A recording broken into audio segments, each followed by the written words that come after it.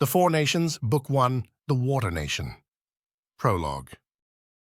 A peculiarly humanoid spirit looked up, through eyes veiled by his hood, at the pastel skies of the ethereal and ever-changing spirit realm. This particular anthropomorphic spirit was not quite one of a kind. He was in fact looking for the only other of his kind that he felt he had a connection with, and as was the way in this place, thinking of someone was much the same as finding them. "Ah, there you are." Iroh greeted him with a warm smile, and of course, a cup of tea. The spirit once known as Monk Gan removed his hood and replied in kind, "I am glad you agreed to meet me again." "I always welcome a tall tale to go with my tea," Iroh replied with a smile as he petted one of the many tiny spirits that took interest in him. "Why, I take absolute offense to that," Gan protested. "Tall tale implies stretching the truth. I assure you I do nothing of the sort." As Gan defended his integrity as a storyteller, Iroh chuckled. "Storytellers also have a way of convincing people that something as ordinary as a fluffy bunny cloud is an ominous sign," Iroh said with a wry smile. "Oh, hog monkeys! Again you mistake me. I'm a storyteller, not a fortune-teller. Let me remind you again, I was the most astute of nomadic knowledge-seekers in all the air temples, and the abilities I gained later as a spirit put me in a unique position to be the most reliable of narrators," Gan assured him with stern conviction. Iroh smiled and sipped his tea before prying further. "Abilities? What abilities?" "Yes. You see, after my spirit was trapped on the mortal plane, it didn't take me long to discover them. For instance, I can pass through people and know more about them than they know themselves.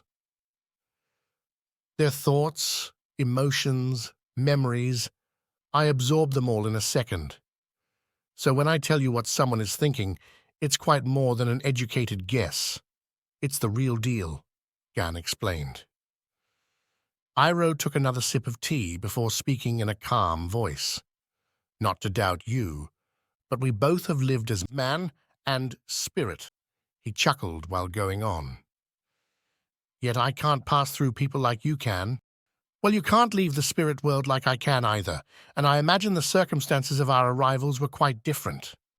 Why don't you start by telling me how your spirit became tethered to the mortal plane?" Iroh asked in a polite tone.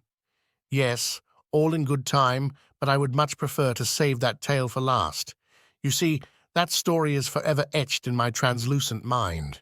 The others, however, I would like to tell while they are still fresh," Gan replied while going back to his tea before adding, "Besides, the tale of my death during the comet before it was named Sozin makes for a better full-circle moment." Iroh acquiesced with a low belly laugh. All right. Start where you would like. I'm all ears." Without needing to do so, Gan squirmed on his rocky seat before beginning. "Very well. As I told you when last we talked, I feel compelled to tell you about what I've learned while traveling the Four Nations in this unique form. But first, I must know that you truly believe me. You see, I don't exaggerate when I say that I know more about people than they know about themselves. But I must admit one person that I watched for a long time from the ethereal bushes managed to do something that I didn't expect. It was your nephew, in fact." Iroh put down his tea and looked toward Gan with a little suspicion as the latter went on. "Iroh, do you remember the last time you talked to your nephew? It was here in the spirit world, wasn't it?" Keeping a suspicious gaze on Gan, Iroh replied, "You were there, watching us?" Gan quickly answered, "No, quite impossible. That was before Korra created the new spirit portal in Republic City and inadvertently granted me access to this world. You see, for the first century and a half of my travels, I was confined to the mortal plane. It wasn't until I passed through Kuvira, as she and Korra were pulled into the new portal, that I was able to enter and exit the spirit realm. No, I only know of his last visit with you because I passed through him. You see, that is the point of this admission. When I learned of you through Zuko, I was sure he was going to do as you suggested to him and leave his mortal body behind and join you in the spirit realm." Iroh looked down a bit glumly before finishing Gan's point. "But he didn't. No, he didn't, and that was the only time I absorbed someone's thoughts and memories, yet failed to accurately predict their future actions."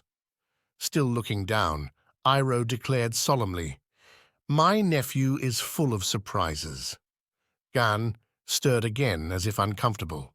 "I'm sorry if I just opened a wound, but it was necessary to alleviate your doubts of the authenticity of my insights." Iroh took a small sip of tea before replying, "I believe you. You were going to tell me about the 4 nations." Some of the nearby spirits began to take notice of the duo. A few sat down as if to listen. Gan grew excited again. "Yes, indeed. Now, as I stated earlier, I will tell my story as an air nomad last. So for the sake of harmony with the Avatar cycle and good storytelling, let's start with what I observed while watching the absolutely resilient people of the Water Nation." Chapter 1. The spirit of Gan drifted high above the mortal plane. With proverbial eyes closed, his incorporeal form rested on the backs of clouds, the closest thing to sleep that the spirit could achieve. The soothing sounds of the wind caressing his ethereal ears began to break to the sound of a bombastic voice. Gan stirred as he began to drift downward as if being pulled.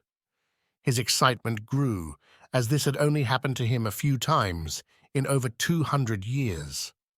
After descending beneath the cover of clouds, he saw the island he was being pulled toward. From his high vantage point, the island seemed to have a tail. As Gan descended closer to a large estate near the edge of the island, the earlier voice piqued his attention again. "Okay, you 3 gather round. My autobiographical mover is ready, and I need opinions, people." The person talking wasn't addressing Gan, of course, but his spirit was drawn nonetheless. Incorporeal and omnipresent, he watched and listened to the ones who had inadvertently summoned him. Moving images were being cast on a large screen as a narrator recounted the adventures of Avatar Korra. However, as the story unfolded, it became evident that this yarn leaned heavily in favor of Varrick rather than Korra, to the extent of dubbing the heroes Team Varrick. As the biased retelling of events continued, both the narrative and accompanying visuals grew increasingly outrageous, culminating in a scene that featured Varrick in a mech suit, resembling a chiseled chin version of himself, fighting off a towering Unalak. The bombastic voice of the aged narrator intoned, "And after our valiant hero saved Republic City from zombie Amon, the fearsome foursome, and the invasion of the giants, we now enter the most joyous chapter of our hero's journey." After a brief pause and throat clearing, the narrator proclaimed, "Will someone do the thing?" The image changed from a buff Varrick triumphantly standing over his defeated foes to an even more exaggeratedly muscular version of himself holding a scantily clad Zhu Li, their expressions comically mismatched with their bodies. Gan took in the entirety of the scene and saw that these images were being displayed on a large screen within a luxurious office where an elderly Varrick dramatically narrated this fantastical tale. "That's not how any of this happened," Zhu Li stated matter-of-factly before going on to add. "And that's not our wedding. That's a Nuktuk poster." Gan extended his gaze to see Zhu Li and a middle-aged man and woman in the expansive room. The pair seemed to share the physical traits of both Varrick and Zhu Li, with the man slightly favoring the latter and the woman the former. Varrick defended his recounting of events. "It's called intellectual license." "I thought I was the intelligent one," Zhu Li playfully retorted. Varys interjected with a smile. "Relax, you two. You're both geniuses." Bolin stood tall with an air of confidence while adjusting his glasses. "Then I guess that makes us super geniuses, eh, sis?" Varys agreed with a coy smile. My research does show pretty conclusively that offspring inherit the best genetic traits of their parents. Well, you can thank us later, Varric quickly intervened before getting back on point. Right now, I need your opinion on my mover. Varys started to speak, but was cut off by Varric, who continued, after the mover. Varys held back her criticisms with obvious effort.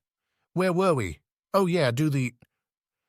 But before Varric could finish his trademark request, Bolin finished for him. The thing, yeah, I got it.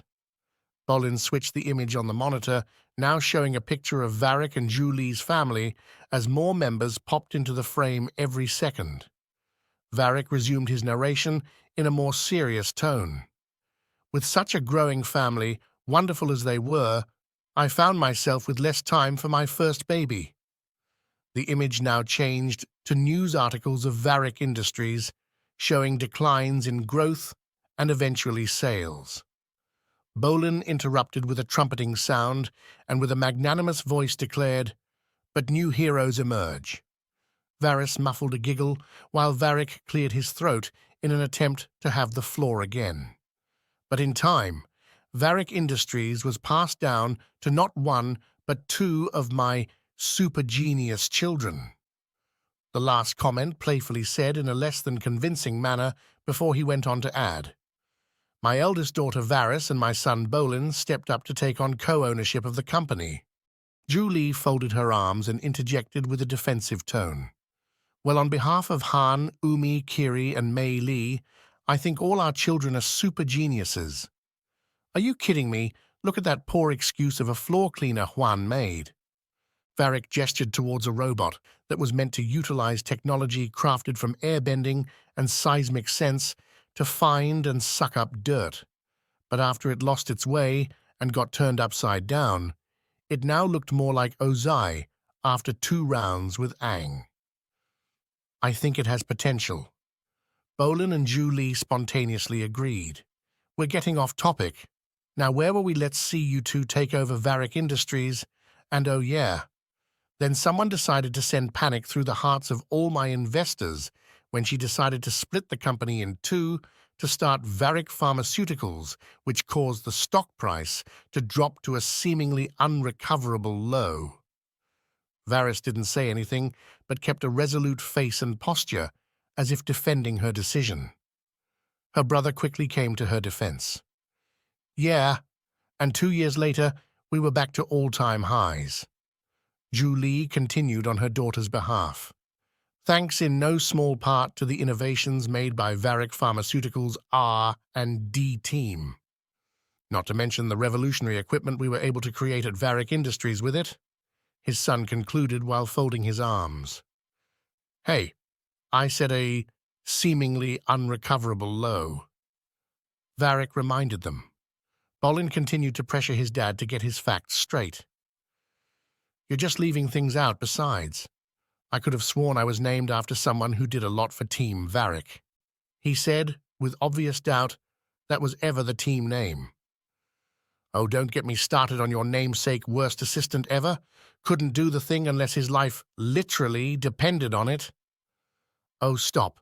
Bolin is your best friend, and he was the officiant of our wedding. You love him." Julie continued teasingly, "And I could barely keep you from naming our firstborn after him." Varys breathed a sigh of relief. "Thanks for that, Mum. And Dad, if you would have named me Belinda, I would have never forgiven you." Bolin chuckled the name Belinda, but when his sister shot him a harsh look, he pretended to get serious. "I mean Bolin. And yet, Bolin is suspiciously left out your so-called accurate version of events, along with others like, oh, I don't know, the Avatar. You saw the mover. She tripped and fell into zombie Amon, knocking him into the water and thus defeating him." After Varric slowly scanned all the disbelieving faces in the room, he folded his arms, turned his head up, and firmly stated, "That's my truth." Bolin voiced his disbelief. "Come to think of it, this whole story is a little suspect. I'm starting to think you never even fought a giant red guy while in a mech suit that looked like you." "He didn't." Mom told me. Yeah, I know, she told me too. He quickly shot back to show that he never actually believed it. Varric slumped his shoulders and looked down glumly. Zhu Li walked over to him and gently embraced him. Look, hun, all we're saying is, as far as an autobiographical mover about your life, she hesitated before going on to add, it could use some work. Just be more honest, and people will be proud of you, just like we are. The siblings walk up in agreement and join in for a family hug. Not to end such a tear-bending moment, but do you two mind if I have a minute with Dad? Varys implored. Not at all, but don't take too long. We can't keep all our guests waiting forever. Zhu Li took Bolin's hand and turned toward the exit. Oh, they're family, they'll wait. Take all the time you need, Bolin said jokingly as he and Zhu Li took their leave. Varys helped her father to a nearby couch and watched with a pained look as the mere act of sitting down seemed to take Varric twice as much effort as it did just last year. But before he noticed, she recovered and took a seat next to him. Dad, I could use your advice on my upcoming presentation for our investors. Varric Pharmaceuticals is your baby, he admitted before adding. And in the spirit of honesty, it is a field I know little about. The extent of my medical knowledge is knowing what pumice stones work best on foot calluses. Varys tried not to gag. Gross, but you do know how to appeal to investors. Now that, I do. Tell you what, let me know what you got so far and I'll see if I can help. Chapter 2. As Zhu Li and Bolin strolled down the hallway reminiscing, they passed a window overlooking the western courtyard. Bolin stopped and observed the ongoing festivities. A banner displaying Happy 50th Anniversary hung above a stage where various instruments were being arranged. Family members were scattered outside, some busily setting tables and decorations, while others initiated early celebrations. What's with the light crowd? Bolin inquired. Zhu Li stopped and walked over to her son. That's the way your father wanted it.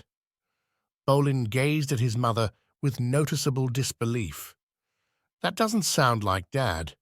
Last year he invited so many people I thought we were going to break one of the tails off Whale Tail Island. Zhu Li giggled at the truth of the bold claim. Well, we won't have to worry about that this year. Besides, it'll be nice to have just family here for a change. She placed an arm around her son and tried to coax him forward.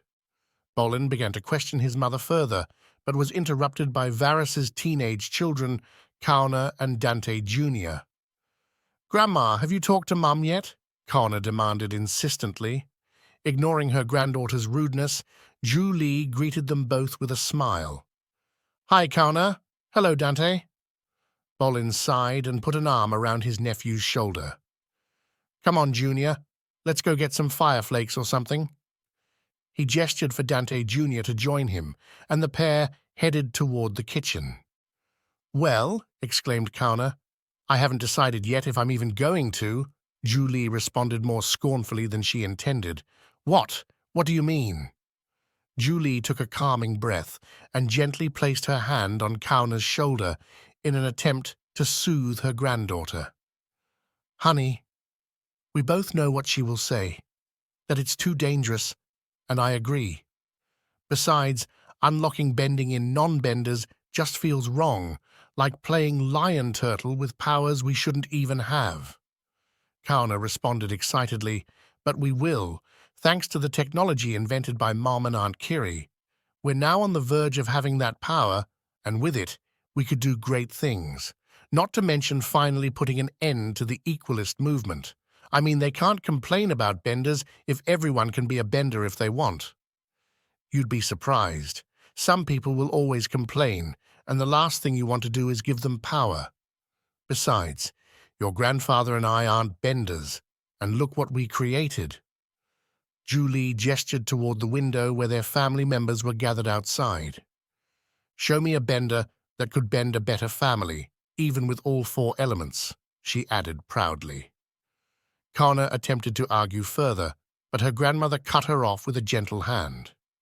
Look, I know your heart is in the right place, but just because your intentions are good doesn't mean they can't have bad consequences. She continued in a softer tone. If you want to try and talk your mom into taking Varick Pharmaceuticals in that direction, then you will have to do it yourself, but I encourage you to give it some thought first. For now, let's enjoy having the family all together. She briefly paused as her voice wavered with emotion. As your grandfather's health gets worse, these times mean more and more to him and me. Julie moved to embrace her granddaughter in a tender moment, but Kauna withdrew and walked away, leaving a slightly wounded Julie standing alone. But as she looked back out the window to see so many of her family members gathered outside enjoying the festivities, her smile quickly returned.